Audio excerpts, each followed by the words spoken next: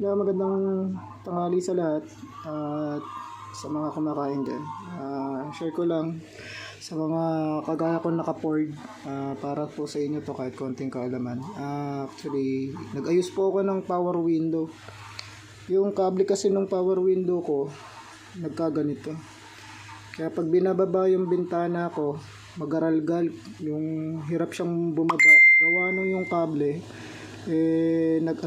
yung nagputol-putol yung kable, tapos habang bumababa yung kable. Ito, nagkaganito yung kable, kaya nahihirapan siya bumaba.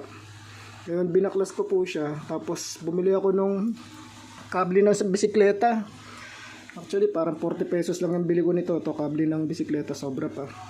At pinalitan ko po mismo, ako po nagpalit ng ang kable. DIY lang. Ito yung pinalit ko, bago na. Ito yung kabila, luma. Kasi buo pa naman yung kabila. Ito. Tapos, ang kinabit kong nipple sa ganito, actually, yung pinakadulo, ginamit kong nipple. DIY lang din. Bumili ako ng bakal na nut na ganito kaliit.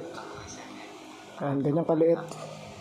At siya yung ginamit kong parang nipple para kumapit sa loob nito yun. So, yan, nakikita nyo to. Yan, ito itong mali.